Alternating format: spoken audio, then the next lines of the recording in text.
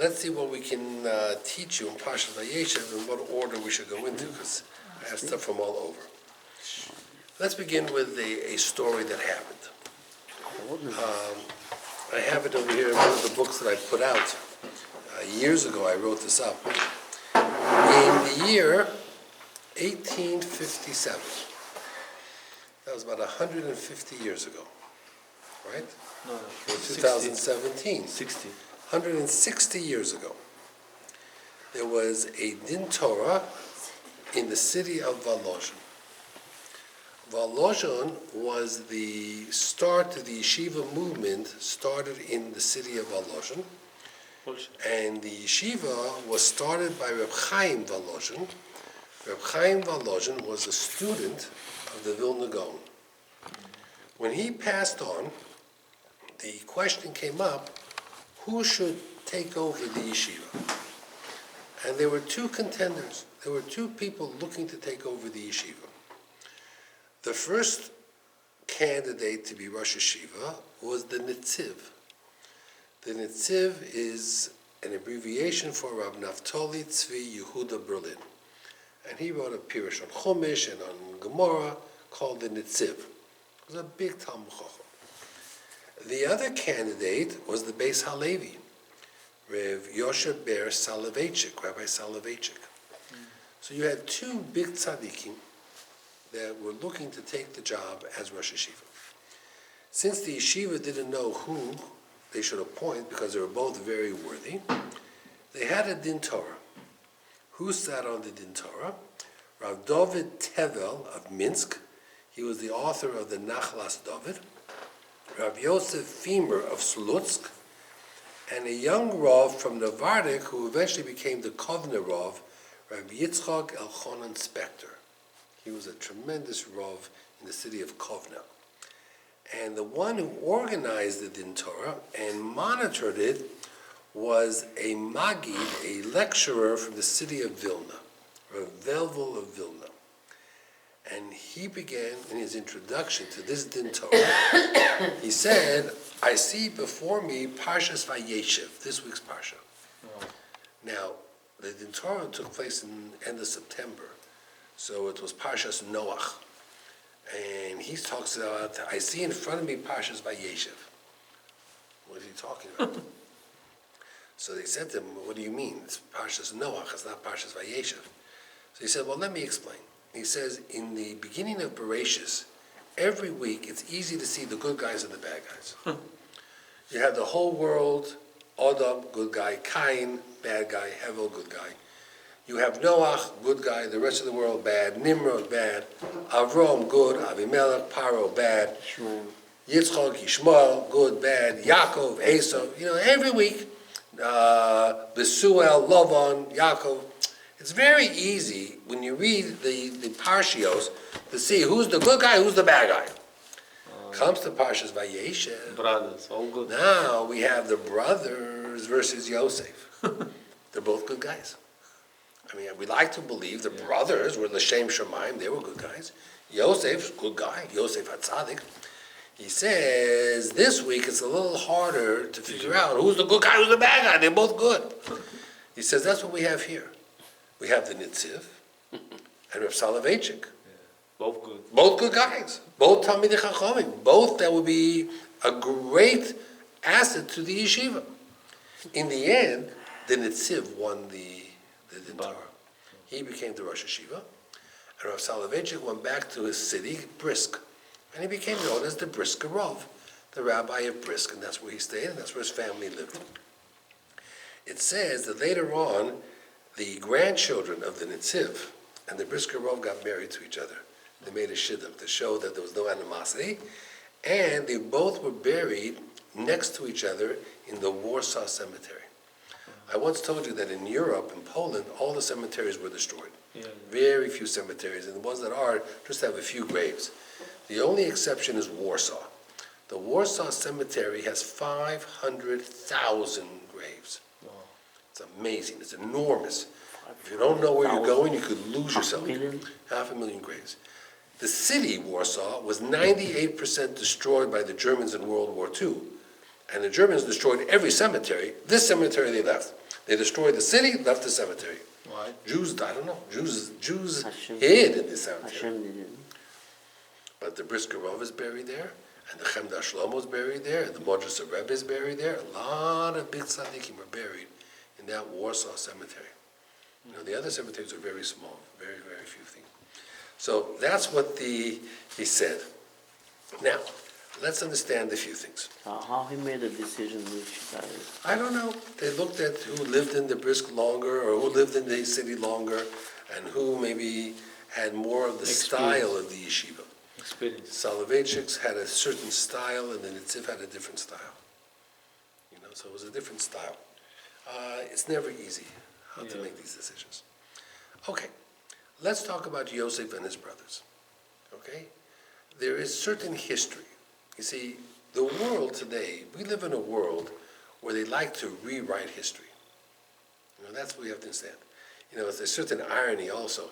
You look in the papers today, everybody, all these newspaper and movie stars are defending themselves against inappropriate behavior. Senators, you know, women are coming forward and they're making statements that so-and-so touched me inappropriately. 4 years ago. 4 years ago, 30 years ago even, Yeah. 40 years ago. Now, the first example of this is in the Torah, is in Parshas Vayeshev. Yeah, But it's reversed. Paro. Not Paro. Potiphar. Potiphar's wife Touched the guy. touched Yosef. He abused Yosef. That means we always assume that the villain is the guy and the victim is the girl. Zulaiha. But that wasn't the case over here. In our Parsha, who's the victim? Yosef. Who's the villainess is the wife of Potiphar, which could happen. You have women in positions of authority. Maybe they can make mistakes also. That means the first example of inappropriate contact between a boss and a subordinate was the wife of Potiphar. So everything is in the Torah. There's nothing new. Things that happened in 2017 is written about in the Torah. 3,000 Okay. years ago. But the world, we like to rewrite history. You know, Jerusalem. Jerusalem belongs to Israel. It's the capital of Israel. How could that be? Well, you know, all you got to do is open up the Bible, and it says clearly that Jerusalem was the capital of Israel back to the days of David HaMelech. During the days of David HaMelech, there were no Palestinians. There were no Muslims during those days. Muhammad didn't live in those days. So, you know, but you can rewrite history. You know, you take a pencil with an eraser on it, and you erase, and you write whatever you want. The history. Avraham had two children, Yitzchak and Ishmael. But who did he give everything to? Yitzchak. Ishmael was out. Yitzchak had two children, Yaakov and Esau. Who did he give everything to? Yaakov. Esau out. So now the brothers, you know, they see Yosef, and Yosef is going to their father and telling them all these stories. That's wrong. They naturally assumed, wasn't true, that Yosef has a plan. The brothers out, Yosef in.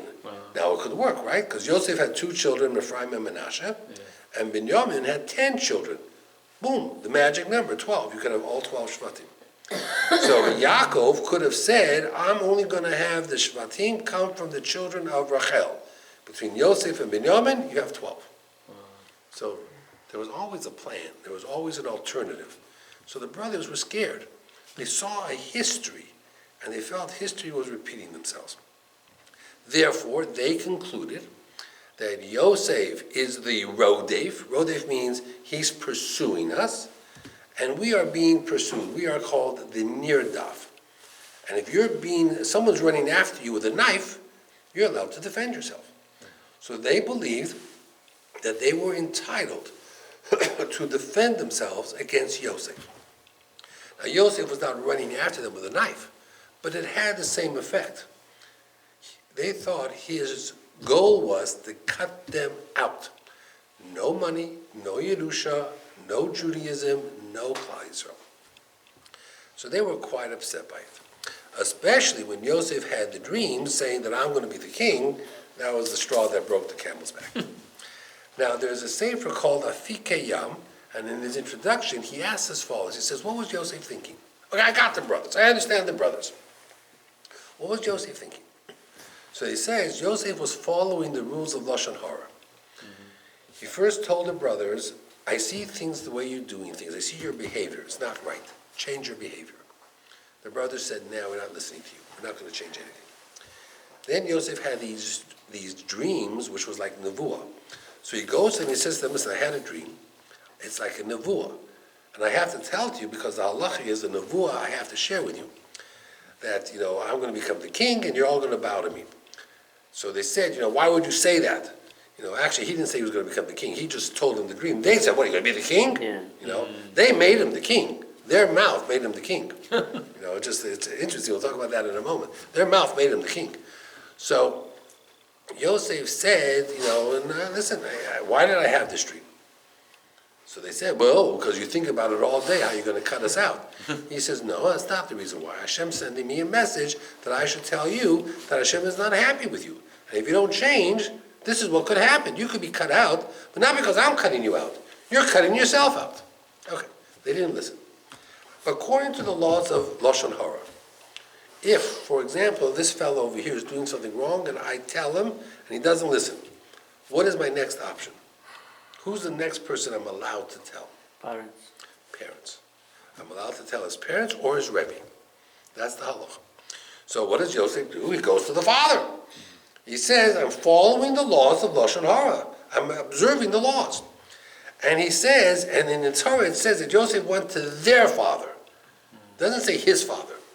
Why? Because if it would have been his father, it means I'm doing this to make you more my father than theirs. But I'm not doing that.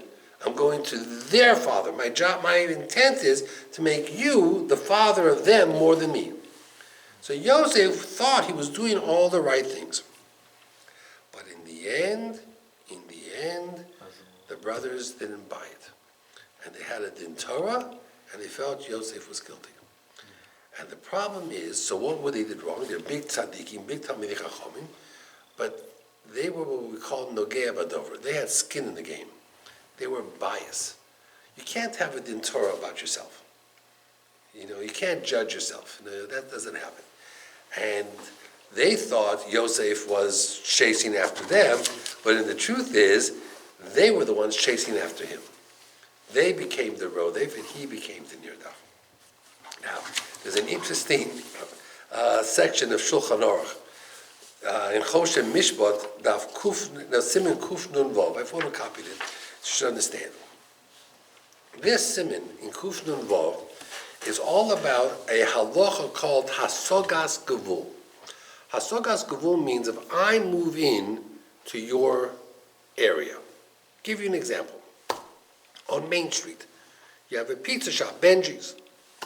A block away, Shimon opens up, or La Bella.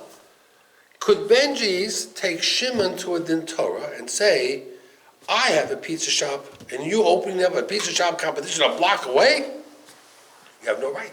You're taking my business. Could Gift World say, Safra, you can't open up a bookstore a few blocks away, you're taking my business? On Main Street, you had Mazone and Meal Mart 2 doors away from each other. You have barber shops right next to each other, flower shops right next to each other. You had Wasserman on one side and Bryks on the other. That's called Hasogas Gevul. In the olden days, it was a serious offense. Serious. And the Rabbonim of the community could throw you out. Yeah. The Ramah writes that if you muzzled in to someone else's position or job or parnos or livelihood, you could use the local authorities who were not Jewish to have them thrown out of the city. Wow. That's what the Ramah writes. Why is it not happening right now? What? Why is it not happening right now? I'll tell you why. It doesn't happen now because lately, in the last 50 years, the rabbis reached a decision that in New York and in many communities, there are so many people that it's enough to support 2 or 3 pizza shops. That means we live in a mobile society. In Europe, people lived in a small town. Nobody came from out of town. But in Queens, you have people who are from Brooklyn working in Queens. There's so much traffic going that you can back and forth that you can't say, I'm taking your parnasa. There's an old story of a guy who, there was a barber shop. He was charging $10 a haircut. Official Schechter says this story all the time.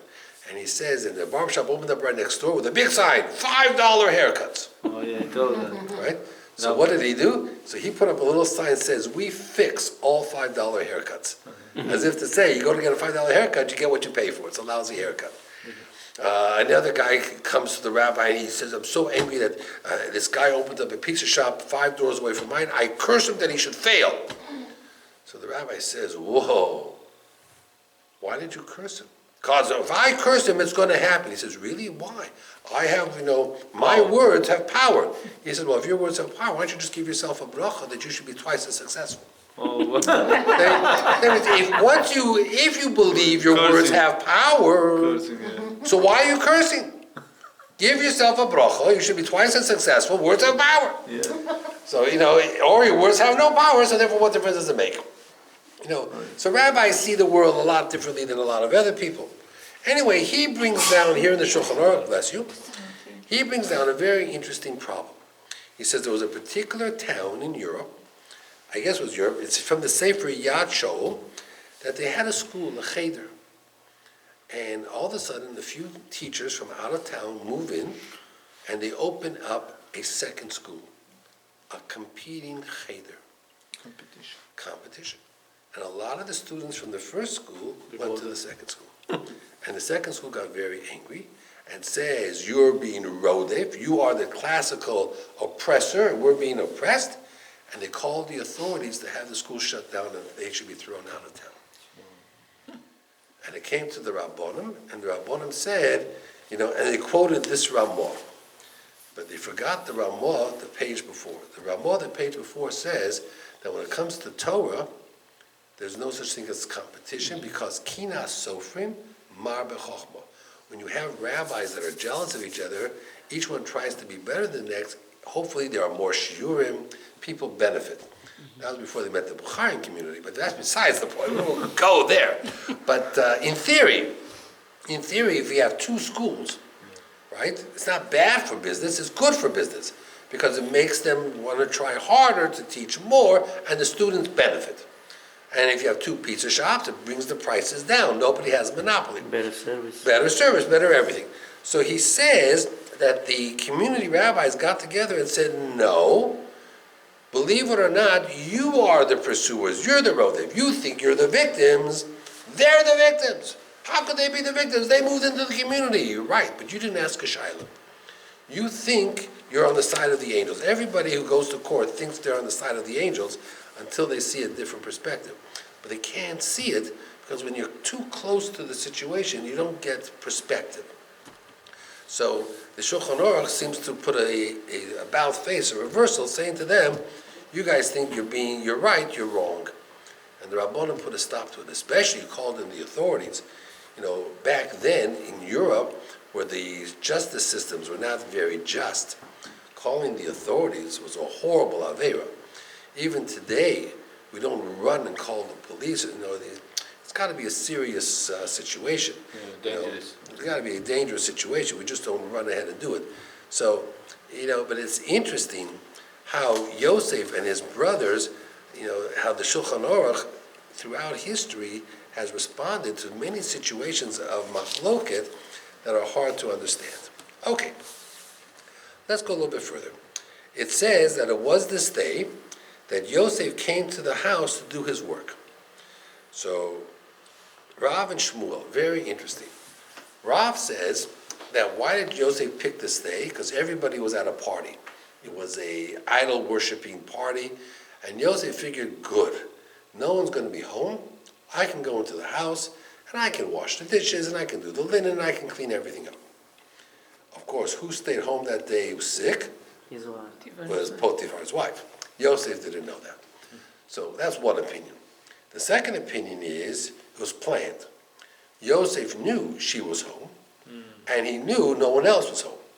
So Yosef finally says, you know what, enough is enough. I'm giving in. Let's do it. Let's go ahead. Let's do it. And he went and he was about to be together with her, and then I saw his image in the glass, Yeah. and it was like his father's image. Although it was his image, they say, but he looked a lot like his father, and that scared him straight, or whatever it is. So the Chassam Sofer says Like Yosef came this close, so much so that when he left his clothes and ran out, he was afraid to go back, because if he went back, he wouldn't leave the second time. He was able to get out the first time, but not the second time. And 10 What? 10 drops. Yeah. He just wouldn't make it. So, He lost 10 drops of this semen, and that's why they said. they say different things, Two kids. Correct. So, but here, the Chassam Sofer says something interesting. He says that Yosef almost gave in to temptation. He says, why was that necessary? Why did Hashem test him that way?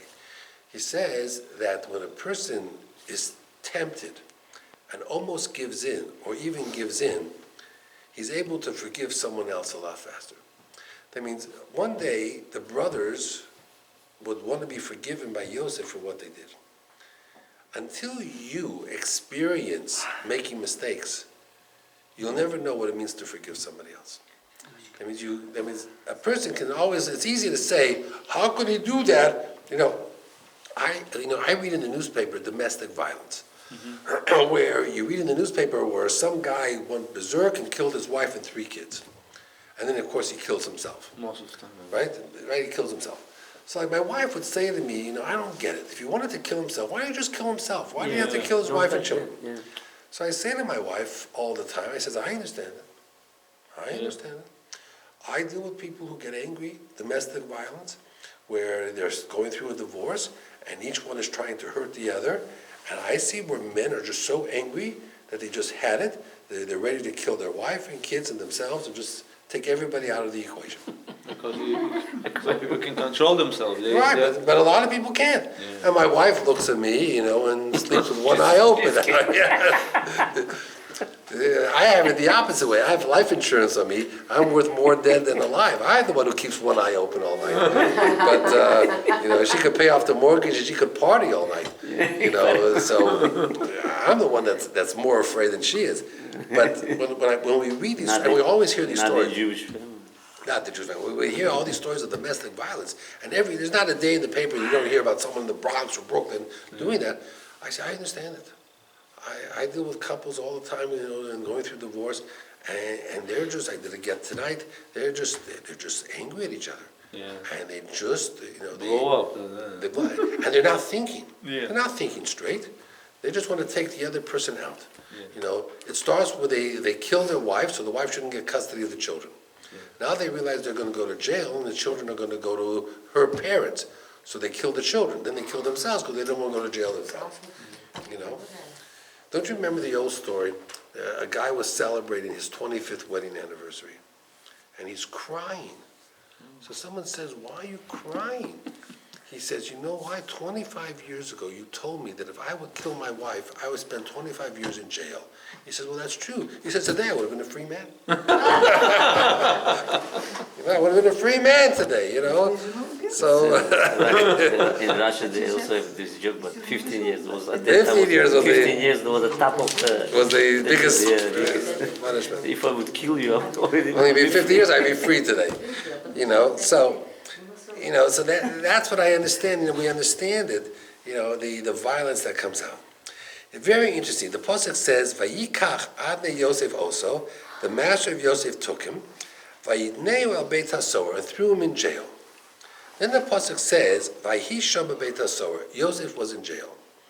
So the Oznaim Torah says, I don't understand it. It just says the master threw him in jail. So of course, where is he? He's in jail. Yeah. Why does the Torah have to tell me? And Yosef was in jail. Okay. So the Oznaim Torah says something very interesting. He says when Yosef was thrown in jail, what do most people do? They become depressed. Why am I here? I don't belong here. I don't want to be here. They're fighting it. It says no. Yosef says, okay, I'm in jail. That's my home. Hung up his suit, made his bed, started to see how I could fix things, make things better. He went out, he said hello to people. That means Yosef so quickly adjusted to the change. He says, if God wants me to be in jail, I'll be in jail. I can be a tzaddik out of jail, I can be a tzaddik in jail. I can be a worker out of jail, I can be a worker in jail. So he says that the Oznaim Torah says that Vayisham beis hasoher, Yosef was in jail, he was accepting his situation. Very fascinating. there was a question that came to Rabbi Yosha. Listen to this question, very interesting question. There was a fellow, right before Pesach, went to his doctor. He had, I guess, cancer, and the doctor said he had 3 weeks to live. So he came to Rabbi Yosha, and he says, when Pesach comes, we count Sfirat HaOmer. Yeah. Now, according to many opinions, Sfirat HaOmer is a mitzvah that lasts for 49 days. And if you know you're not going to finish, you shouldn't start counting with a bracha. Because you're making a bracha every day, but if you don't finish, all those brachot are levatala, are not good. So he says, what should I do? My doctor told me I have 3 weeks to live. Means if I start counting, I'll never make it to the end. Maybe I shouldn't start counting. So Rabbi Yosha said to him, you know what? It reminds me of a little boy whose father has a candy in his pocket. The boy says to the father, I want the candy. Father says, no, you had one. This will be for later. You have supper coming. I don't want you to ruin your supper. Kid says, I want the candy. The father says, no candy. So the kid says, Baruch atah Hashem Elokeinu melech haolam she'akol niyeh bidvaro, which is the bracha on the candy. Now you go, I made a bracha. You got to give me the candy. You can give him a glass of water, maybe. You can give him a smack, I don't know, but he wants the candy, So he says, so Rabbi Yosha says, Sfiras HaOmer, you make the bracha. In 3 weeks, if Hashem says it's your time, you know what you say to Hashem? I made the bracha for 3 weeks already. You can't take me now. I'm in the middle. And he says, as a footnote, he says the guy survived that Sfiras HaOmer cycle. He lived for the next year's he lived another 2 or 3 years. That means those 3 weeks never happened. They were the longest 3 weeks, it lasted 3 years. So it was a fascinating answer from Rabbi Yosha that he says, everybody thinks they know, but everybody has a cheshbon, but God has the ultimate cheshbon. So you don't have to worry, of what happens more than the other. Okay, next, it says that, and this is a hard part, Yehuda feels that his father's crying. The brothers looked to him for leadership. Clearly, he didn't step up the way a melech should, a king should. So it looks like he resigned. He says, you know what? I'm not your king anymore. And he moved away. And he married a lady, the Bat Shua, the daughter of Shua. Whether she was Kanani or not, I'm not sure. Different opinions. And he had children. He had Er, which is an unusual name. You read it backwards, it spells Ra. Noach, you read it backwards, spells Chen, kindness. Then he had Onain. Onain means to cry, to weep, and then he had Shelah. So he had 3 children. And he got them a wonderful wife, Tamar, the daughter of Shem ben Noach, a great Bat Kohen. And Er and her didn't work out, and Onan and her didn't work out, and he never gave him Shelah. Then Yehuda, Tamar sees that Shelah's growing up. Yehuda's not interested in giving it to her, so she gets dressed up and she entices him. It's a mess. It's a story that if you would read about it today about the politicians, this is what we read today in the newspapers. It's like a Harvey Weinstein story. Nobody's interested in reading about Harvey Weinstein anymore. Nobody's interested in reading these stories of these politicians who do whatever they want. And there's all different medrashim about it and everything else. So the first thing they all ask is that even if she was fulfilling the mitzvah of Yibum, the mitzvah of Yibum does not apply to a king. A king does not do Yibum. A king marries who he wants. You can't force a king to marry. So Tamar says, I have that covered. I'm going to ask him for security, his signet ring and his scepter. If he's a king, he would never give those away. Kings don't give away these. These are trappings of the crown. They don't give it away. The fact that Yehuda gave it away means I'm no longer the king. So that was okay. And Yehuda wasn't sure whether she could ever get married to Tamar because she was married twice, her husbands died. A woman who has 2 husbands that are dead, we try to avoid marrying. We call her a black widow. We don't marry her. But in this case, Yehuda saw that she was pregnant, so of course he got all angry because she could have children, so obviously she was capable of having a relationship. But you know what the shock is? After he goes through this and he has relations with her and she becomes pregnant, and he gives her his signet ring and everything else, now he has to send her the payment. Remember, that was security. What was the payment? Some sheep. He's going to send her sheep from the flock. Who does he send to bring the sheep to her? His friend, right? Now, that's a friend. I mean, let's understand. You tell your friend, hey, take this sheep, go to the marketplace, and ask for the local prostitute, and say, I'm here on behalf of a friend. How do you think that's going to work? How do you think if the police arrested somebody on 40, I don't know where the areas are that deal with this, so I don't even know what streets to tell you. But all of a sudden, you're there with $50 in your hand, about to pay the money to the prostitute, and the police come up and say, what are you doing? He says, my friend was with this lady last night and didn't have the cash. I'm here to pay the cash. He left a deposit, Yeah, I'm here to pay. What do you think is going to happen to that guy? Arrested. He's going to go, his hands behind his back, and he's going to be in jail. And if he's a person of the community, you're going to read about it tomorrow in the papers, His picture's going to be in the papers. Different time. So, I mean, it's so bizarre. And it says, and when it calls him his friend, it says, it's interesting how they use the term. There's a lot of different names for friends. There's chaver is a friend, but that's not what it uses over here. So it says that it calls him his friend, and it calls his friend Re'ehu, V'chira Re'ehu. The root of the word Re'ehu is Ra, evil. You know what a true friend is? A true friend is a person who can see you in your worst and still stick by you. Right? That's a friend. That's why when we give Sheva Brachos, we refer to the Chas and Kala as Re'im Ha'ahuvim. Re'im means even though the bride and groom, the husband and wife, see the worst of each other. Because when you live with a person, you see their worst. You don't always see their best. You see them in their worst. But loyalty is when I see the worst and I'm still loyal to you. And I tell them when people come to me and I hear all these horrible stories, I say to them, listen, the stories don't leave the room. And I'm not judgmental. I don't make judgments. And therefore, I will protect you and I'll support you as best I can, but I will also tell you when I think you're wrong. But it's not because I'm biased. I don't charge for my service, so you don't own me, you can't buy me. Just very simple. I keep things above board. So it says, V'chira Re'ehu, very interesting word for friend. But he must have been some friend, because Yehuda sends him to seek out this lady who's got to be in an embarrassing situation, and he doesn't. So it tells you to the degree of how close of a friend this fellow really was to Yehuda. Now, some people say that this Chira was Chira Melech Tzur eventually, who was good friends with David HaMelech, and who gave a lot of the material for the Beis HaMikdash. So this friendship, they say that one of the rewards for friendship is long life. And this Chiram had long life because of this friendship. I'm not sure who that was for. It wasn't for me. Okay, let's go on a little bit further. Okay, let's see what else we can figure out over here. The butler and the baker. Okay? So now, who was the good guy, who was the bad guy? Let's go figure this out. The butler and the baker.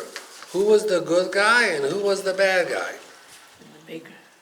Well, we know that the baker got killed and the butler didn't. We know that they both were not really good, because according to some opinions, the butler put the stone in the baker's and the baker put the fly by the butler. So they both set the other one up. So that wasn't very, very good. They're having a fight. But in the end, the baker was found guilty and Paro had him executed, but not the butler. Why? Why was the baker's sin not excusable, but the butler's sin was excusable?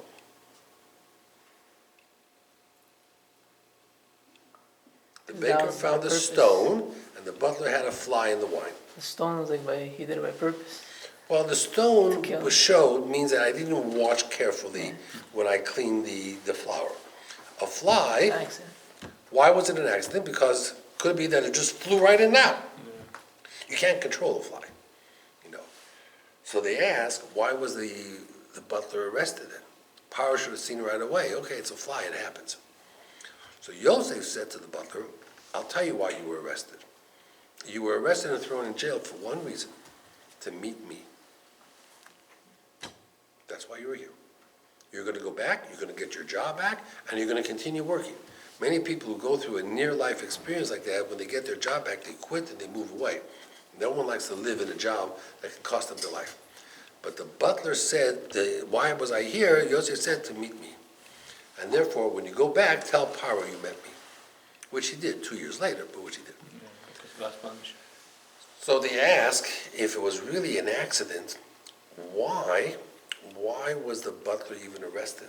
Why was he thrown in jail even for the short time? Okay, to meet Joseph, but what other reason? And the answer is a fascinating answer. He's bringing tea to his wife. He's going to put the tea down. If you were the king, before you put the king down, what should you have looked to make sure there's no fly, right? Mm-hmm. You know why the butler didn't? No, thank you. You know why the butler didn't look? He was distracted. He was on his cell phone or something.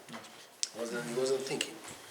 The butler ended up in jail because even though the fly could have just flown in, but before you put the cup down, don't you want to look one more time to make sure it's good? Yeah. He was distracted. You know, there's a case now, it's unfortunate, that there was a girl, it was in the papers, and it's been in the papers again, there was a girl who was in a small fender bender. She had a small accident, she rear-ended somebody. An 18-year-old girl. So she was all upset, so she called her mom and said, I was in an accident. The mom says, okay, don't worry, you'll tell the police what happened. She was on the phone with her mom when she got out of the car and she was hit by a hit and run and killed. Now, the guy who hit her probably panicked and ran. Had he not panicked, chances are he would not have been charged because she opened up her door and just walked into traffic. Why was she, not focused? Because she was on the phone with her mom. The papers continuously write she was on the cell phone with her mom. Her mom heard the impact, heard the car hit her. But the guy who hit her is now going to go to jail because it was a hit and run. He panicked, he ran away. He should have stopped and stayed at the scene. Because he ran away, he will be in jail now. That's right. Yeah. Because he was in an accident that Run away. resulted in the loss of life, and you're not allowed to leave the scene of an accident. So he's going to be in jail for that. Now, possibly, that if he would have stayed on the scene and they would have tested his blood, he might have been on drugs, or he might have had alcohol, drunk. So he ran away because he didn't want to be tested. Even though maybe the accident was not his fault, because she was distracted, she opened up the door. When you're in a car parked on the side of the highway, you don't open up your door. You go on the other seat, you just don't open, or you check 10 times. Even when I go to my car that's parked on the street, I look up and down the block before I open up a door. You open up a door, boom, anything can happen.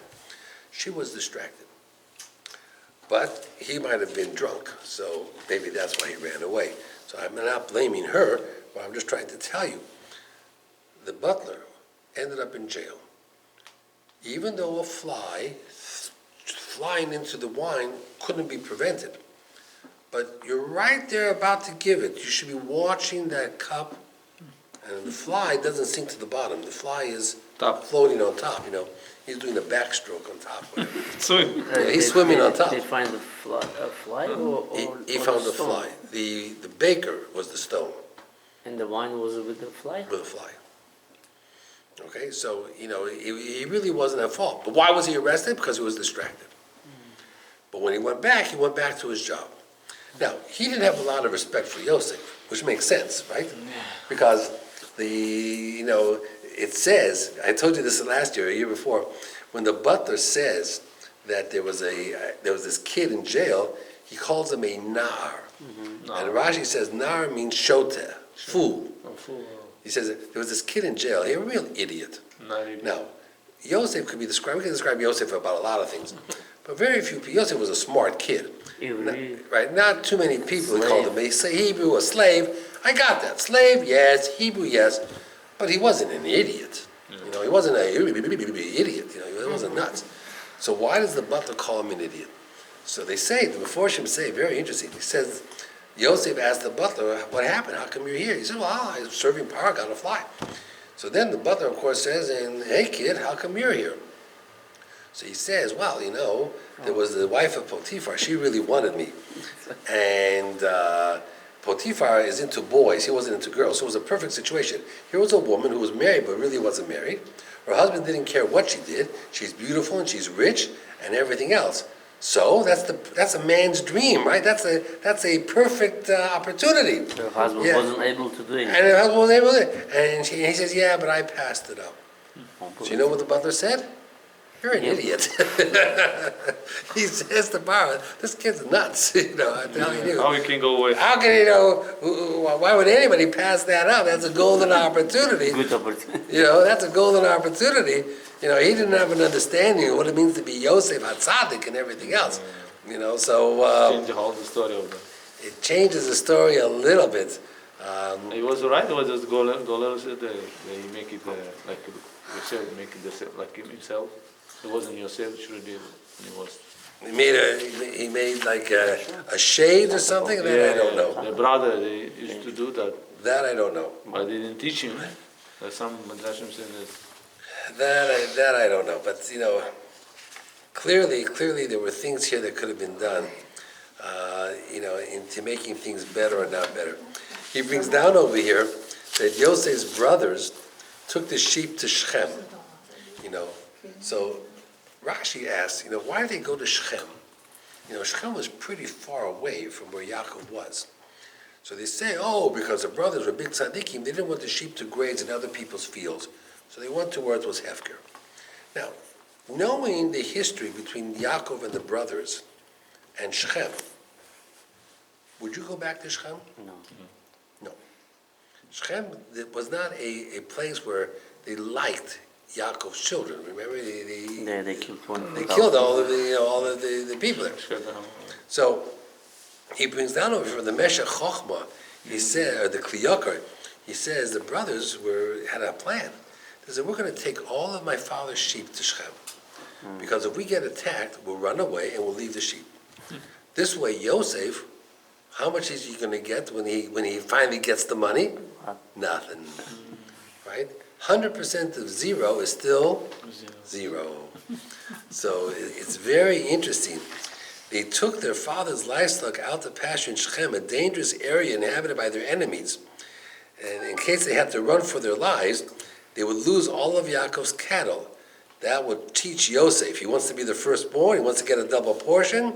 2 times 0 is still 0. So it's different perspectives. Listen, Parasha Vayeshev doesn't really make anybody look too good. It doesn't make the brothers look great. It doesn't make Yosef look great. It doesn't make Yehuda look great. Reuven, was away and comes back and doesn't make, it's a very difficult parsha because it doesn't make people look as good as they could look. I have a question. Can I ask? Yeah, and then I'll tell you something about Hanukkah. Yeah, about his dream about mother, moon and sun. Sun, moon, and And stars. his father get angry. That's how you say, like me and mother will bank you. Right. This portion, I didn't get it. How come Yosef could say it to the father, and father was angry but didn't act The like father, see, what happened was as follows. A dream goes after the interpretation. So the first dream was that we were all in the field, and we're tying bundles of wheat. And your bundles surrounded me and bowed to me. Okay. Yaakov heard about that dream. That was okay.